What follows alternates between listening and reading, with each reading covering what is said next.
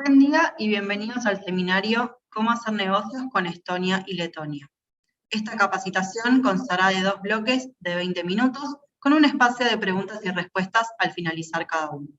Esta capacitación posee interpretación simultánea, por lo que deben seleccionar la opción de traducción, donde se encuentra el icono del mundo, en la barra de Zoom y elegir la opción del idioma que prefieran, en inglés o en español. Recordamos a los espectadores que pueden ir realizando sus consultas a través de la opción de preguntas y respuestas de la barra de herramientas de Zoom y a través de YouTube. Comienza con las palabras de apertura José Beckenstein, director de Comercio Internacional de la Agencia Argentina de Inversiones y Comercio Internacional. Buenos días y buenas tardes. Es un placer abrir este evento de nuestro curso anual de capacitación, en este caso del ciclo de cómo hacer negocios con cada uno de los destinos a los que pretendemos acceder. Es un placer estar con el señor Nicolás Villamil, que es el encargado de negocios de nuestra embajada en Finlandia, concurrente a Estonia y Letonia. La señora Potisep, de la Cámara de Comercio e Industria de Estonia, y la señora Zaporenko, de la Cámara de Comercio e Industria de Letonia. Como decía, nuestro programa de Formarse para Invertir y Exportar, que es el programa esencial de capacitación de exportadores de la agencia, hemos hecho ya 200 eventos y más de 30 de este ciclo de acceso específico a mercados determinados, y para poner a disposición de las pymes y emprendedores con vocación exportadora las cuestiones particulares referidas a la cultura de negocios y a las oportunidades y también especificaciones técnicas y a las características de comercialización de cada uno de los destinos a los que estamos recurriendo. Así que no voy a decir nada más que esto. Espero que les sea útil a todos los presentes, a quienes se hayan inscrito, y que tengan una buena jornada de trabajo. Gracias. Muchas gracias, José. Comienza a continuación el bloque sobre cómo hacer negocios con Estonia. En primer lugar estará Nicolás Villamil, secretario en la Embajada de la República Argentina en Finlandia, y luego presentará Piret Positep, representante de servicios de la Cámara de Comercio e Industria de Estonia. Nicolás, podés comenzar. Hola, buenas tardes y buenos días a todos, dependiendo según corresponda. Antes que empezar, quisiera hacer mi nombre es Nicolás Villamil, soy, como bien dijo José, por ahora encargado de negocios de la Embajada Argentina en Finlandia y concurrente con Estonia y Letonia. Antes que nada, quisiera agradecer especialmente a José Beckenstein, director de Comercio Internacional, y su equipo por hacer esto posible, y seguidamente también a las representantes, las referentes de las cámaras de comercio de Estonia y Letonia, Piret Potisep y Verónica Zaporenko. Asimismo, quiero agradecer a todas las empresas que se han sumado y a todos los demás participantes que participan, valga la redundancia, en esta presentación. La idea de este seminario es, muy brevemente, intentar acercar un poco los mercados de Estonia y Letonia a la Argentina y viceversa, crear puentes y fomentar las relaciones bilaterales, en definitiva, conocernos un poquito mejor. Como les he adelantado, están las referentes de las cámaras, y no quería dejar de mencionar que, y ahora lo vamos a poner también en el chat, nuestro email, para los que quieran hacer consultas durante o posteriormente al seminario. Nos acompaña también Reta Blanco, que es nuestra oficial comercial aquí en la embajada. Bueno, ahora voy a pasar ya seguidamente a compartir la pantalla.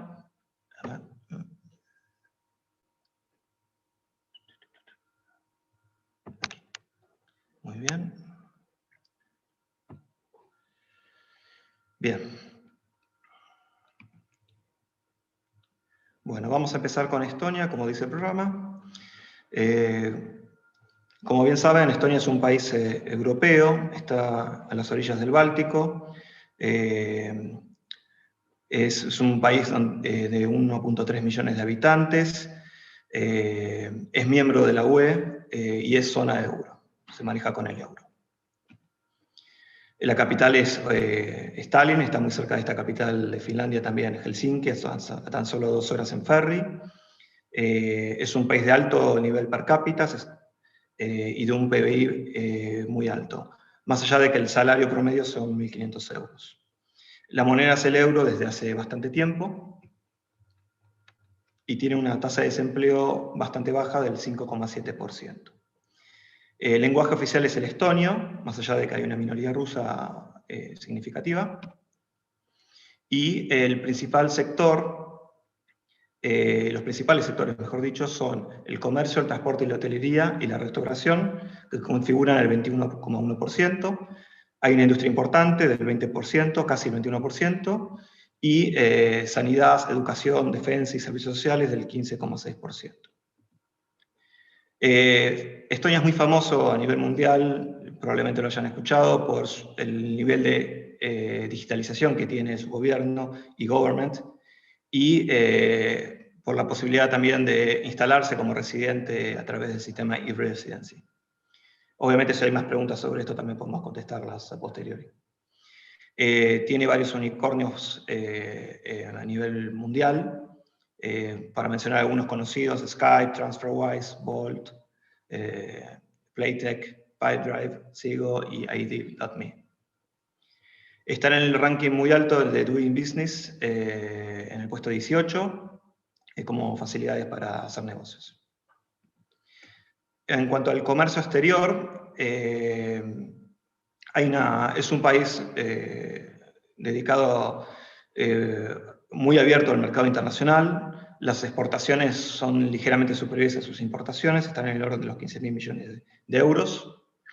Y si bien presenta un ligero déficit en la balanza comercial, es un país con las cuentas macroeconómicas bastante ordenadas en ese sentido, y la balanza comercial se mantiene bastante estable a través de los años. Principalmente trabajan en sus exportaciones en productos refinados del petróleo, construcciones prefabricadas, equipos de comunicaciones, aceites y automóviles. Bien, sus principales socios comerciales no presentan sorpresas. Están los países europeos en primer lugar, el 68% del comercio es intracomunitario, y el resto lo configura terceros países con el 32%. Obviamente los vecinos son los principales socios: Finlandia, Suecia, Letonia, y otros socios europeos como Alemania, Inglaterra, el Reino Unido y Rusia y Estados Unidos. En cuanto a sus importaciones, varían entre productos de petróleo, medicamentos, equipos de comunicación, automóviles, y hidrocarburos y derivados del petróleo. Los números se repiten bastante en cuanto a las importaciones. Finlandia, Alemania, los vecinos básicamente, Rusia, China, dentro de los socios extraeuropeos. Hay que decir que, obviamente, como la mayoría de los países se vio afectado su comercio durante la pandemia del COVID, aunque se han recuperado bastante bien dentro de este último año. Pasando al comercio bilateral,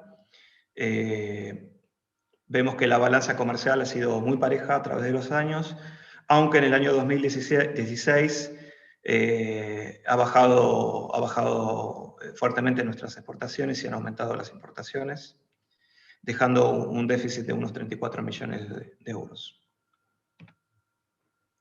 Los principales productos que se exportan históricamente de Argentina a Estonia, están muy concentrados en los productos agroindustriales, principal siendo el vino, el maní, el filete de pescado, productos derivados de la soja, cítricos y frutas diversas y pescados.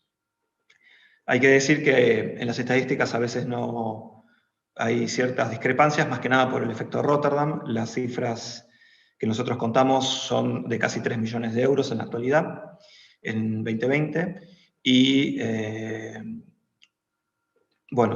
hay una desviación en ese sentido por el efecto Rotterdam, que según se tomen las estadísticas de Argentina o Europa puede variar. un desglose un poco más detallado. El principal producto, como dijimos, es el vino, que se configura alrededor del 20%, casi $600.000, euros, perdón. Y lo siguen los maníes, filetes de pescado y la soja. Bueno, ya sin más y haciendo esta somera introducción, ya le cedo la palabra a la representante de la Cámara, Piret Posite. Y muchísimas gracias. Gracias, Nicolás. Déjame poner mis slides y después ya vamos.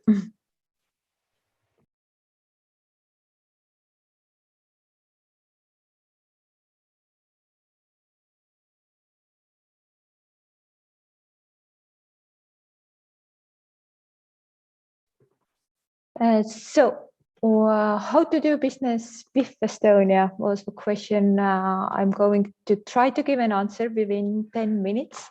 It's a challenge, but I like the challenges, so I'm really happy to be here presenting you what Estonia is about and what you can do in this marketplace. And thanks for Nicolas for all the perfect details already given about the macroeconomic view, and I will just focus on few points what are peculiar about our country, but also it's just a glimpse. So if you got interested, internet is wide and the great resources available. So I encourage you to dig deeper.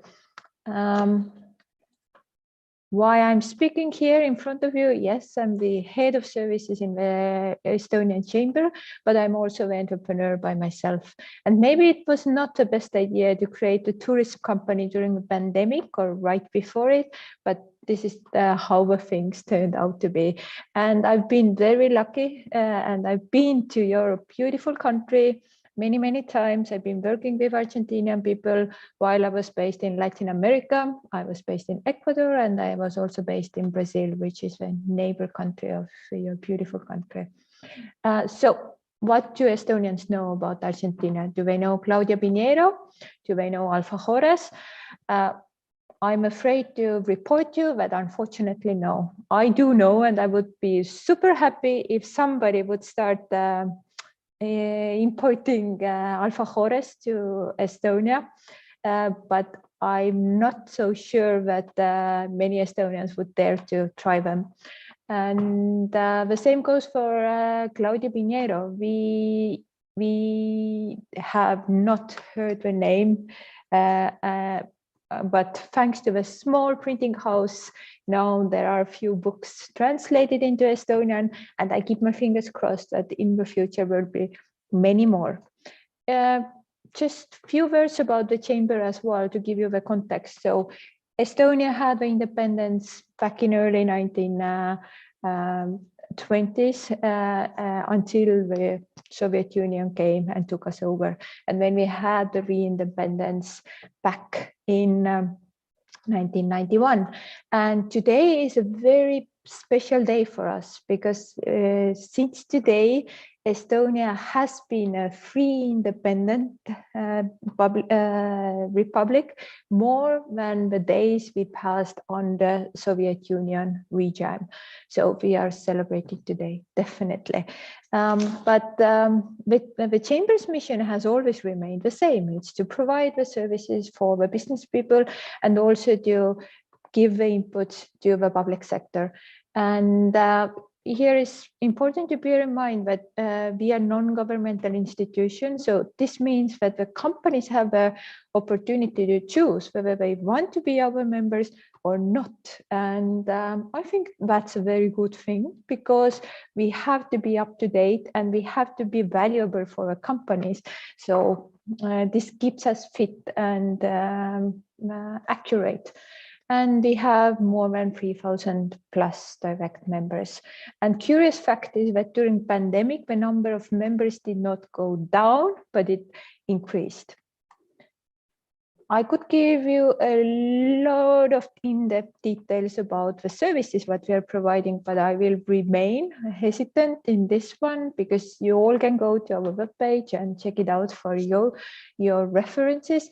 Definitely, we are helping the foreigner companies getting the information about how to set up a business in Estonia, and also how to find the local partners. This is our bread and our part of our daily activities. Also giving the information about the tax system and all the dealings with the public sector. But what I would like to highlight over here are the main aspects of our local business culture. And why? Because when I was based in Latin America, many times my local colleagues were telling me, you know, you are too direct.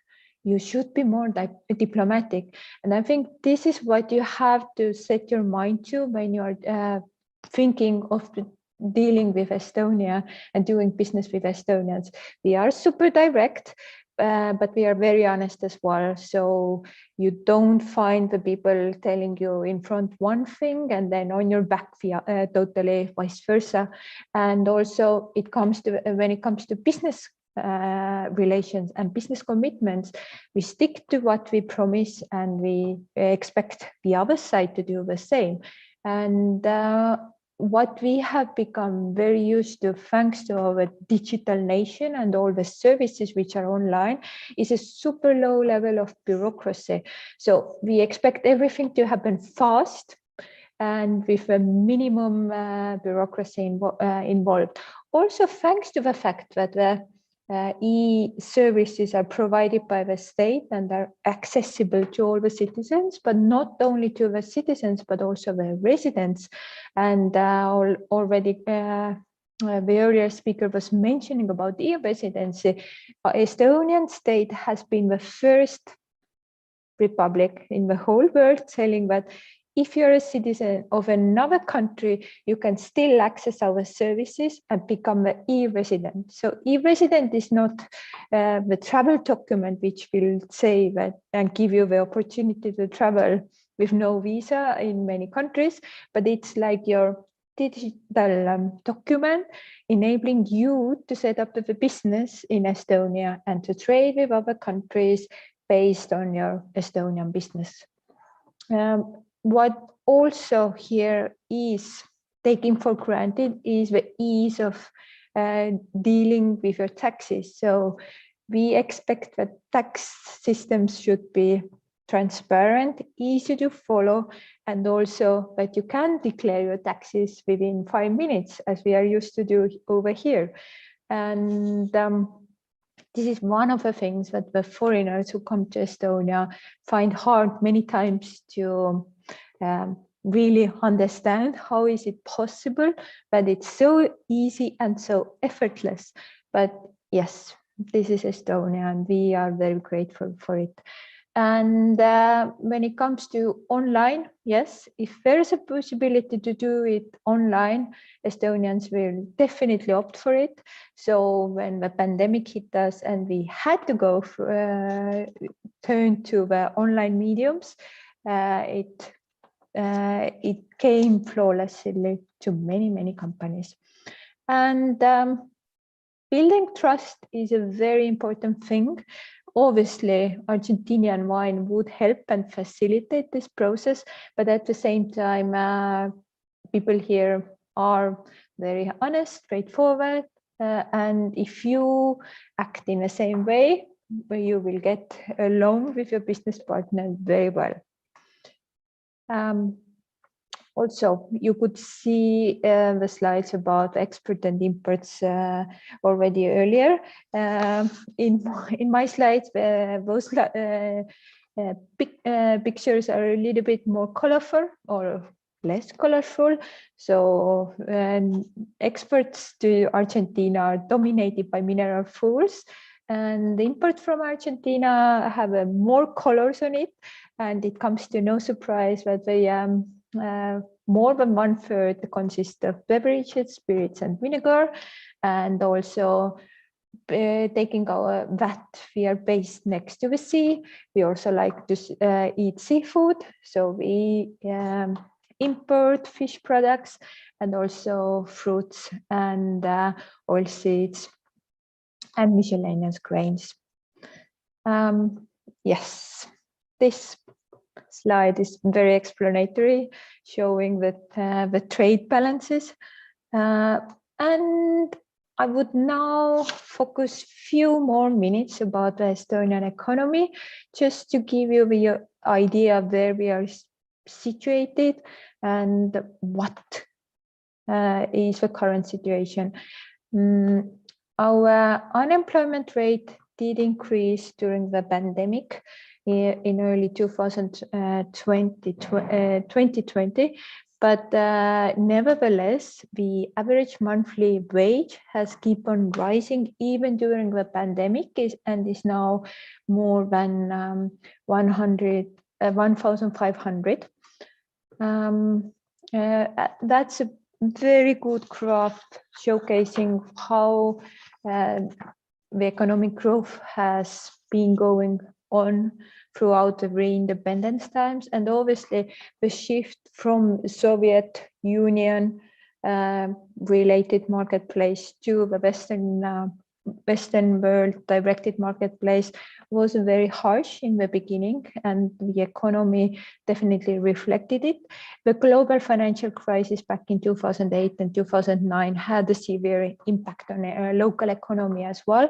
But Estonia, being its small size and its agility, was one of the countries who managed to get from the crisis into the growth within European Union really fast, and the growth numbers are higher compared to the European Union general as well. And the GDP composition you can later on access from the slides, but yes, right now when in Latvia there are very high level talks about the NATO and the presence in Baltics. And I don't know how much the local media in Argentina is covering what is happening in the border between Belarus and Poland. But the fact that we are very close to Russia makes us to put quite a bit of focus on our security. So Estonia is one of the few members of NATO who is contributing as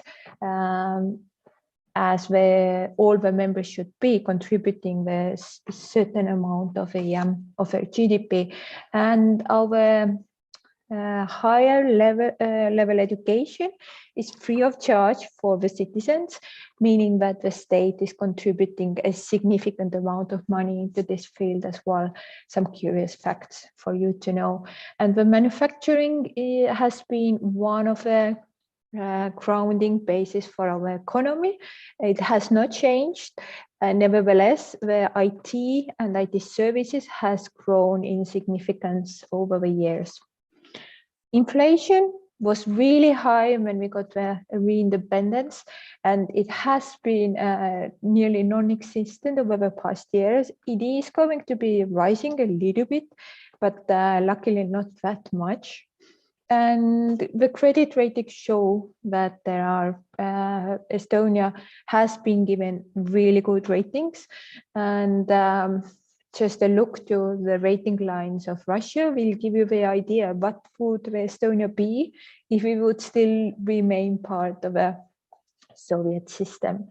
And yes, the outlook is stable, and most probably the ratings will not change in any near future either.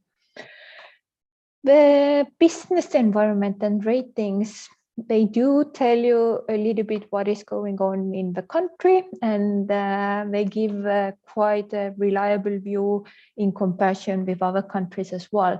I'm pretty sure that the ratings will be reflecting, for example, the Brexit, the UK stepping out from the European Union soon, and this has made setting up a business in UK much more complex, and trading with the European Union countries even more complex. And these are the things that the Estonian governments, nevertheless, they've been left or centrist or liberal and right-wing parties in the government. They've still, status quo is to keep doing business as simple as possible. And I already reflected on a corruption and the low level of corruption. And I think here Estonia really shows an example to the other post-Soviet countries as well, that it is possible to get corruption-free. And the Network Readiness Index is something that covers many countries as well. It might give you a little bit a wrong view because for example, in the index, they still count how many printing machines do the offices own and how many telephone booths they have on the streets. Is it relevant for 2021? We don't think so. The tax system, last thing to focus before I take a look to the questions and answers, and I'm always happy to give answers to the specific questions, is the fact that the tax system is super flat and super transparent and very easy to understand. So when it comes to value-added tax, it's mainly 20% with very few exceptions for books, accommodation and medicine being 9%. The social tax, 33% paid by the employer, where 20% goes for social security and 13% goes for health insurance. Unemployment insurance is it may seem very small, but at the same time, if a person loses a job, it gives them the security that they will get funding and some income throughout the time they are looking for a new job. And income flat is rate as well. It's 20%, and no matter how much you earn. So this is very different from the Nordic countries where income tax increases for the people who earn more. And the corporate tax is 0 on all reinvested profits. And this makes us very unique within the global world as well. We don't have any property tax and we have no tax on cars. And this makes us very valuable in the eyes of many other European Union citizens and foreigners as well. Foreigner trade, just to give you some graphs, but Nicolas already touched upon this as well. Obviously, we trade more with our local neighbors, but we see an increase trading with the faraway partners. And here are many useful links for you to learn more about Estonia and its opportunities. The fact that we all our businesses are in business registry, and you can check out the possible partner, and the profile over there makes the life of the foreigners who want to do business with local partners very easy and simple, because in many countries this information is not easily found on internet. Here it's all transparent. You will see how much the taxes the company paid in the previous quarter, how many employees the company has, and what are the main activities and what are the extra activities what the company is offering and dedicating. And also there's a special database for the Estonian exporters to have the more in-depth look into the sectors and the opportunities.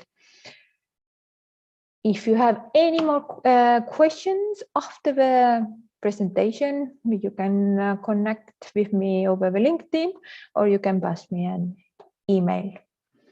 Many thanks for listening, and now I will be happy to answer some questions. Sí, muchas gracias, Piret, por tu tiempo, y a Nicolás. Y tenemos una consulta de Juan. Buenos días, estoy interesado en saber si productos alimenticios en pequeñas cantidades, e-commerce, pueden ingresar puerta a puerta. Ya aclararon que alfajores no, pero yerba, galletitas, dulces, Por ejemplo, mates o termos, vino, fernet, que es una de las bebidas más clásicas de Argentina. Esa sería la consulta de Juan. Yes, I will reply in English, hoping that the interpreters will do their job.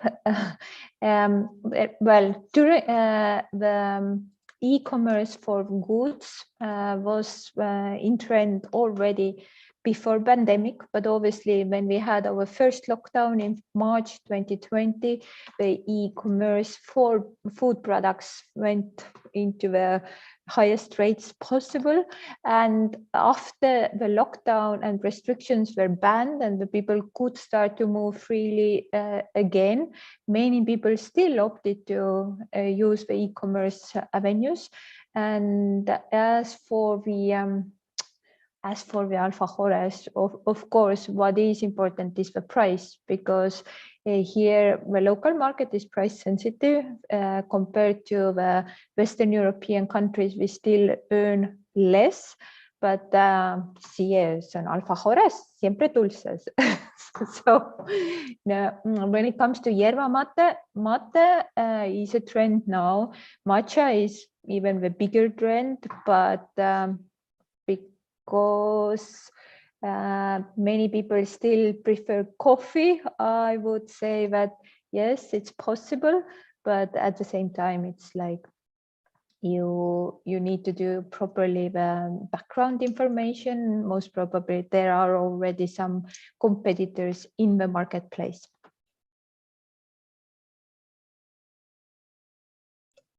Perfecto, muchas gracias, Piret. Tenemos otra consulta más sobre helados. Hay dos consultas. ¿Qué tipo de helado se consume más? ¿El industrial, el artesanal o el soft? Y si se conoce el sabor dulce de leche, que es uno de los más clásicos de Argentina. Yes, when it comes to food products in particular, maybe the import graph give you a little bit false overview, but actually here what the consumers prefer are the local products, definitely. But it doesn't mean that there's no chance for the foreigner competitors. When it comes to the ice cream market specifically, there are two very strong local producers, Premia and Balbino. They used to be Estonian capital based. Now one was sold and is owned by Russians, but locals do have a look and preference for the local taste. So the ice cream market is super competitive. There are many new products coming to the marketplace every year. They test with a lot of new tastes because it's so competitive.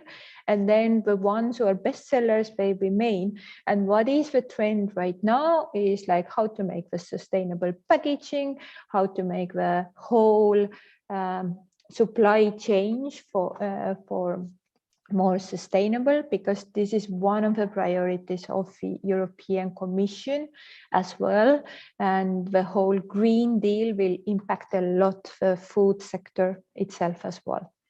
So I don't know if it was a good answer or not, but definitely it's worth checking out the marketplace. And as for the tastes, I'm biased because I have been living so many years abroad. And I have the aptitude to try new taste because, in fact, I used to learn food technology in the university. So I'm always curious to try out new tastes. But what I've also noticed is that consumers many times say that they are looking for new tastes, but when they are actually doing the purchase, then they are opting for the traditional taste and not maybe willing to try something new. Perfecto, muchas gracias, Piret. Tenemos una consulta que probablemente Nicolás la pueda contestar mejor. Igual, Piret, si tienes algo para agregar, obviamente es bienvenido. ¿Con quién debo comunicarme, consulta Luis, por tema de intercambios culturales, musical especialmente? Hola, Luis. Sí, bueno, te podés comunicar con nosotros. Tenemos un email que es cultural-efin, EFINL, @mrsic.gov.ar. Ahora vamos a escribirlo en el chat. Es una pregunta muy específica, así que vamos a tratar de hacer una respuesta bien a tu consulta bien específica también. Hay algunas asociaciones musicales, conservatorios y demás. Tenemos que hablar un poquito más en particular con vos para ver bien cuál es tu target en esto y poder darte una respuesta lo más adecuada posible. Así que ahora le voy a pedir a mi colaboradora Reta que escriba ese email en el chat para que nos puedas sacar tu nombre, detalles, mayor información y poder contestarte mejor y hacer una búsqueda más particular. Perfecto, muchas gracias Nicolás. Tenemos otra consulta en relación a intercambios o contactos con organizaciones públicas o privadas. Elías consulta, me gustaría saber si hay oportunidades para hacer conexiones con diferentes organizaciones científicas o tecnológicas públicas o privadas para el desarrollo de servicios y productos. Yes, very good question indeed. In Estonia, because we are globally known for our digital success in the public sector field, we have an e-showroom, which is easily findable within the online sphere as well. What was very common before the pandemic was that public officials from different countries arrived to Estonia and they were made a briefing introducing what Estonia exactly did in order to go through the digital transformation, because it all comes from a systematic approach. On ICT field, we have very active and very strong cluster. So I would definitely advise to take a look to their web page as well. You will find the contacts and you will also find the case studies of different companies doing business in different parts of the world. The companies are interested in expanding to different marketplaces, so it's definitely worth checking out. Plus, we have special clusters on smart cities, smart health, so it may not only be related to the ICT in very specifically, but can have some more avenues. And besides the clusters and sectorial organizations, there are also a very strong ecosystem for startups, and there are incubators and accelerator programs which are focused on ICT. And Technopol is one of them to check out, and the other is Tartu Science Park in the second largest city of Estonia. And obviously, if you turn to the chamber, we are happy to give you the contacts from the respective organizations as well. Muchas gracias, Piret. Bueno, tenemos dos últimas consultas y por tema tiempo van a ser las últimas para este bloque y luego pasaremos al siguiente. Por un lado, Enzo consulta sobre el consumo de carne de cerdo y también de la quinoa y productos gourmet producidos con esta. Y por otro lado, también relacionado a los alimentos, Luis consulta respecto al mercado de legumbres en Estonia. ¿Son bien recibidas legumbres argentinas o suelen importar más desde otros mercados como Estados Unidos y Canadá?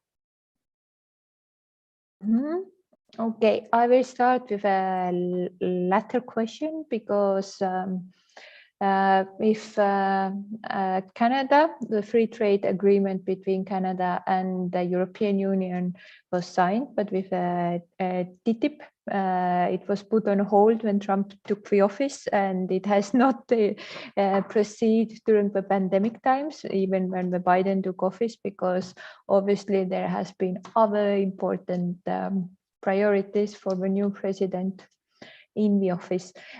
When it comes to the vegetables, what is dominating in a marketplace is actually the vegetables from Spain.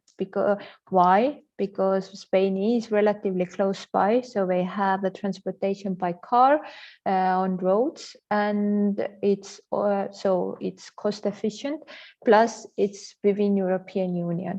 When it's the fruits which are not grown in European Union, what is important is the price of transportation and the quality of the products, because obviously when the people earn more, they can spend more on healthy diet, and they prefer the fruits and vegetables which are very like quality wise good. There are even special planes and special products brought in from Africa on a weekly basis, but obviously this is again very niche. So when you look what is dominating, it's from fruits, it's always bananas from Costa Rica and Ecuador, and when it comes to the vegetables, yes, now, for example, it's the avocado season, so we can see that there's a high number of like promotions on avocados. Where are they from? I personally don't know, but there are like wholesale market players who are doing the job, and definitely worth looking into it. The first question was about the meat consumption, and yes, Estonia is one of those countries who is less religious within the whole world, but it's one of the after effects of Soviet Union, because during Soviet regime, the Soviet leaders did not allow people to go to the churches, and they turned churches into whatever places, but not churches. So when the re-independence came, yes, so obviously some people started going to the churches again, but many did not. We eat pork. Pork is our first preference. It's also now the Christmas is upcoming. There's a chain of restaurants called Argentina. So Argentina has made the presence of providing good quality meat. And when it comes to the market requirements, obviously I don't know them by heart, but it's my colleagues are happy to help you to dig in this topic as well. And yes, it's definitely one of the avenues where there is market potential, because Estonia is not capable to produce the amount of meat what is consumed in Estonia. Thank you for a great question. Muchas gracias, Piret, y por el momento no tenemos más preguntas para vos, así que te agradecemos mucho por tu tiempo y por tus explicaciones. Ahora vamos a comenzar con el bloque de cómo hacer negocios con Letonia. En primer lugar estará nuevamente Nicolás Villamil, y luego presentará Verónica Zaporenko, representante de la División de Exportaciones de la Cámara de Comercio e Industria de Letonia. Nicolás, podés comenzar. Muchísimas gracias, voy a poner la presentación. Voy a tratar de ser lo más breve posible porque estamos un poquito, el tiempo es tirano y así podemos escuchar bien a la representante de la Cámara. Bien, Letonia, bueno, es el país, a manera introductoria, es un país justo al sur de Estonia, en el país central en los Bálticos, tiene casi 2 millones de población, un tamaño algo superior al de Estonia, también comparte el Báltico. Al igual que Estonia, es también miembro de la UE y es de la zona euro, o sea, la moneda de curso es el euro.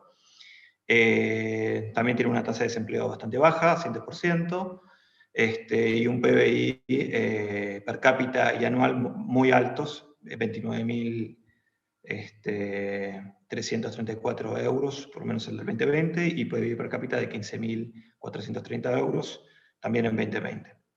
Tiene lengua oficial es el letón, los 3 bálticos tienen cada uno su propia lengua, más allá de que hay una minoría rusa bastante importante. La capital es Riga. Quiero agregar también que tuvimos recientemente una reunión de consultas políticas recientemente en Letonia, la semana pasada. La relación es muy buena. Y en cuanto a los sectores económicos, bueno, prima la agricultura, aunque más enfocado en la industria de la madera, la logística. El puerto de Riga es un puerto muy importante, no solo para el país, sino para exportar, reexportar a Rusia también. Y la industria química también es muy importante. Es un país muy urbanizado, 68% de la población es urbana. En general, en los 3 países bálticos, buena parte de la población está concentrada en la capital y en los alrededores. Obviamente, como dije recién, la industria textil, la industria de alimentación, metalurgia, la industria maderera y la carpintería son muy importantes. A modo de ejemplo, aquí en Finlandia toda la madera, buena parte de la madera que utiliza IKEA viene desde como proveedor de Letonia. En cuanto a su comercio exterior, es una cifra similar a la de Estonia, son 13.000 millones de exportaciones y ligeramente algo superior las importaciones en 15.000 millones de euros. Es una balanza comercial muy parecida a la de Estonia, también ligeramente deficitaria, pero con una macroeconomía bastante pareja, bastante equilibrada. Madera cerrada, productos principales, madera cerrada, exportaciones en medicamentos, licores, refinados de petróleo, trigo. No hay sorpresa con los socios comerciales, suelen ser los países vecinos y los socios comunitarios. En particular, el 67%, muy parecido a la cifra, del comercio es intraeuropeo y el 33% restante a los países de afuera, particularmente los vecinos, como por ejemplo Rusia y otros también vecinos. Importaciones, bueno, es importador fuertemente del gas en materia energética, equipos de radiodifusión, medicamentos, automóviles y refinados de petróleo también. Bueno, de vuelta, no hay sorpresas aquí en cuanto al origen de las importaciones, procede principalmente intraeuropeamente de la UE del 75% y terceros países del 25%, con Rusia y China teniendo una porción importante. En cuanto al comercio bilateral, tenemos un nivel de exportaciones con un saldo positivo, ligeramente positivo. Se han mantenido bastante estables, con un salto en el año 2013. Están en el orden de los 6 millones de euros aproximadamente, tanto de importaciones como de exportaciones, ligeramente superior a las exportaciones. ¿Qué productos se exportan? Principalmente, bueno, agroalimentarios, pienso de soja, vino, maní, pescado, frutas, legumbres, en ese orden. Aquí hay un poco más de detalle, después podemos pasar la presentación por si a alguien le interesa. Empezamos, como dijimos recién, soja, vino, maníes, filetes de pescado, jugos. Bueno, ya para ir cerrando y pasarle rápidamente la palabra a la representante de la Cámara, les agradezco mucho y quedamos a disposición para preguntas.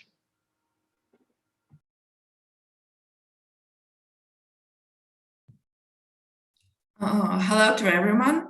Thank you, Nicholas and Piret, for the presentations of Estonia and Estonian Chamber of Commerce and Industry. And also, I would like to thank the organizers for this event and the possibility to represent my country and my organization I work in. So my presentation will be about the Latvia and the Latvian Chamber of Commerce and Industry and how our chamber can help Argentinian companies in Latvia. Some facts about Latvia. On the world map, Latvia is located on the east coast of the Baltic Sea at the crossborders of Northern and Eastern Europe. Latvia is a parliamentary republic bordered by Estonia on the north, Russia and Belarus on the east, and Lithuania to the south, with a maritime border with Sweden to the west. Latvia has almost 2 million inhabitants, of whom almost 1 million live in and around Riga. The second largest city is Daugavpils, with population of about 82,000. With its relatively small population, Latvia's key advantage is its location, which provides access to its immediate neighbors. On its doorstep are the Scandinavian countries, Russia, and the independent sea states with a combined population of about 280 million, and Eastern Europe with about 100 million inhabitants. Latvia stands out to major criteria liable for any investor: infrastructure and labor force.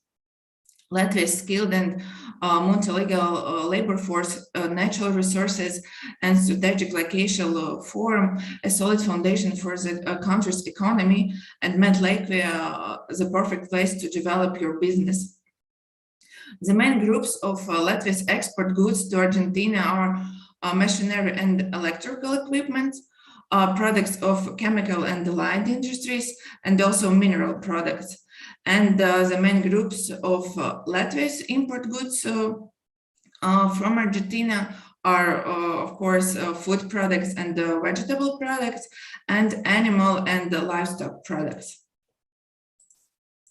And some words about the Latvian Chamber of Commerce and Industry, which is the biggest association of entrepreneurs in Latvia, uniting 6,000 members, micro, small, medium, and large enterprises of all regions and industries. Association represents interests of entrepreneurs as well as provides services, so that Latvia has excellent enterprises in an excellent business environment. Main sectors of LCCI activities are business environment, competitiveness of enterprises, and export. Here you can see the structure of LCCI members based on sectors and based on size. And at the moment, there are only a few companies in our database that have noted that they have a cooperation with Argentina, but I hope that such events will help to change this situation. The main sectors LCCI are active or business environment. LCCI opinion in matters urgent for its members is formed by any of 8 competence councils of members, 5 regional councils, as well as in committees. And here you can see the structure of competence councils, which help our members. Also, Latvian Chamber of Commerce and Industry organize workshops for entrepreneurs and the company employees, where everyone can find related and valuable information on urgent subjects related to internship. Workshops take place both in Riga and in the LCCI regional divisions. But during the pandemic period, all workshops are realized in the webinar format, which are available for the LCCI members on the YouTube platform.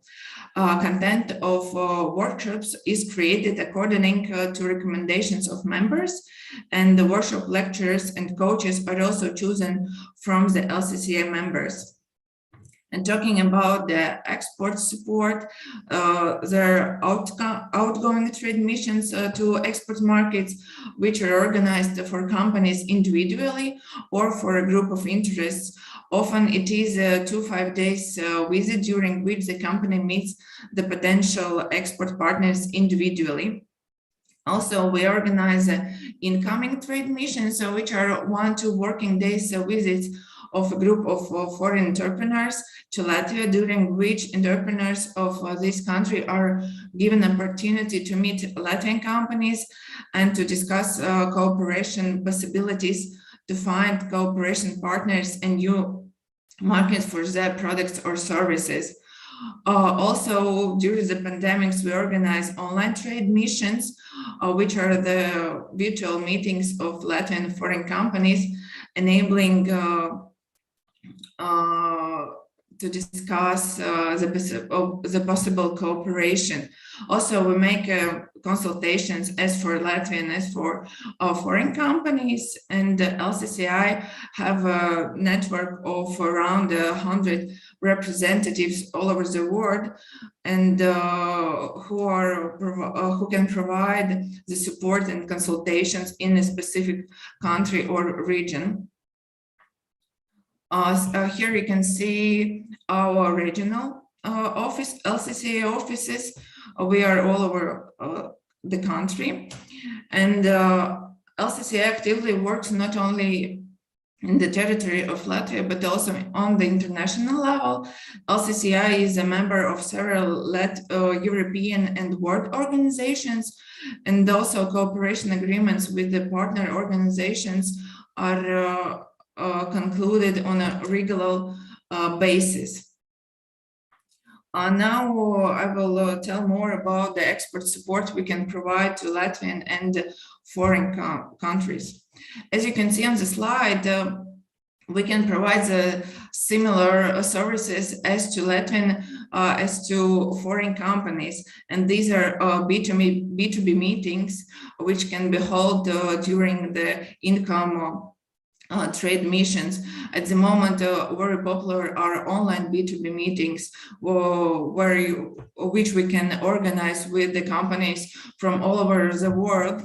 Also, the foreign companies can reach the potential partner in Latvia with our provided contact information, and also we can help with the mailing services to the Latvian companies.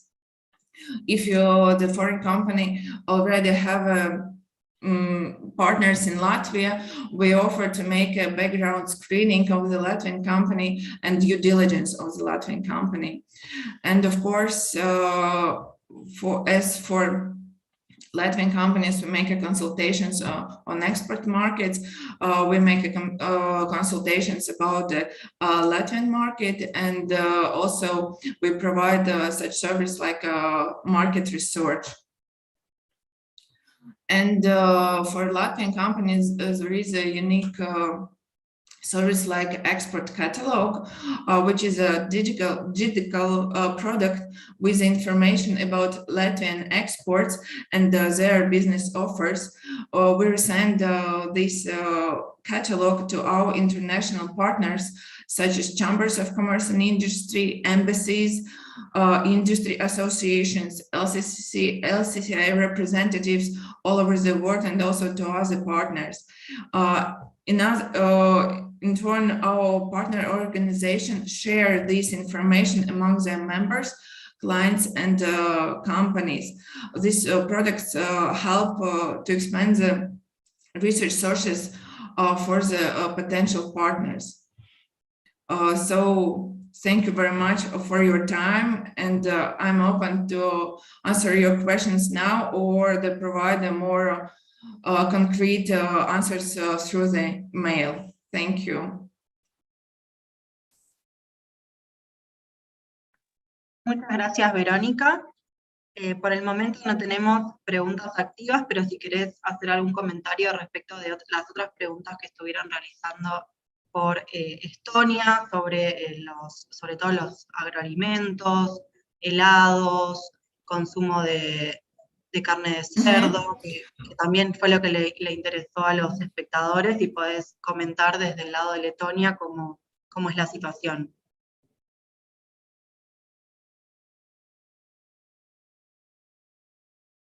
Yes, the consumption of meat is big enough in Latvia.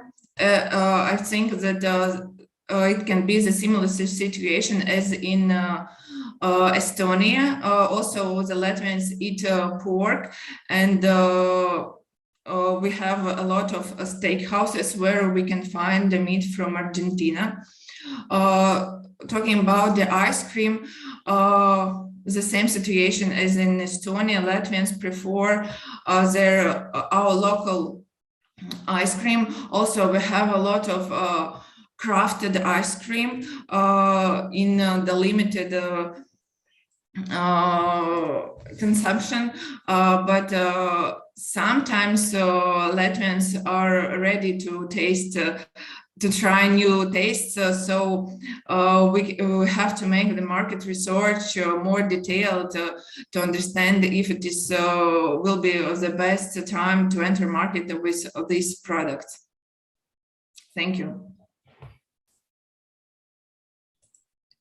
Gracias, Verónica. Tenemos una consulta de Andrés. ¿Hay posibilidad para alimentos para mascotas?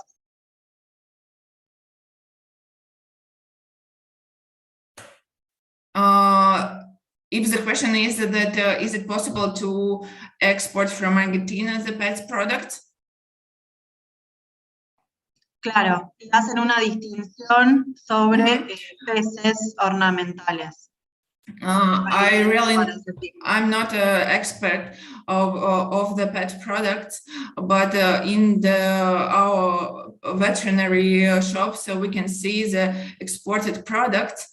So I think that there is a specific certification for such products.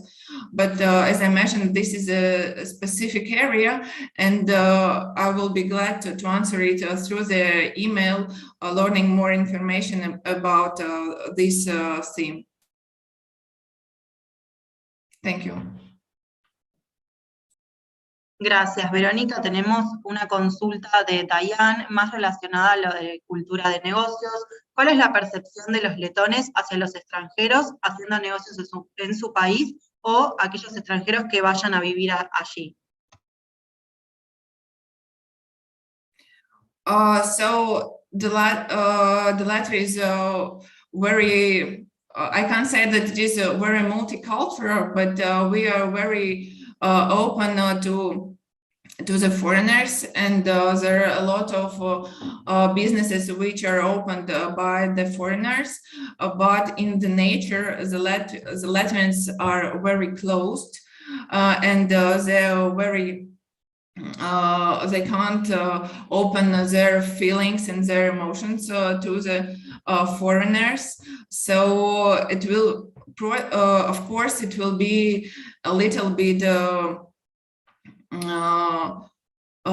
difficult for the foreigners on the first communication with the Latvians, but then if the Latvians will understand that they have the same values and attitude to the work, it will be possible to find the common language and enter this market. Thank you. Gracias, Verónica. Tenemos una última consulta de Marcelo en relación a la posibilidad de proveer información sobre importadores por posición arancelaria.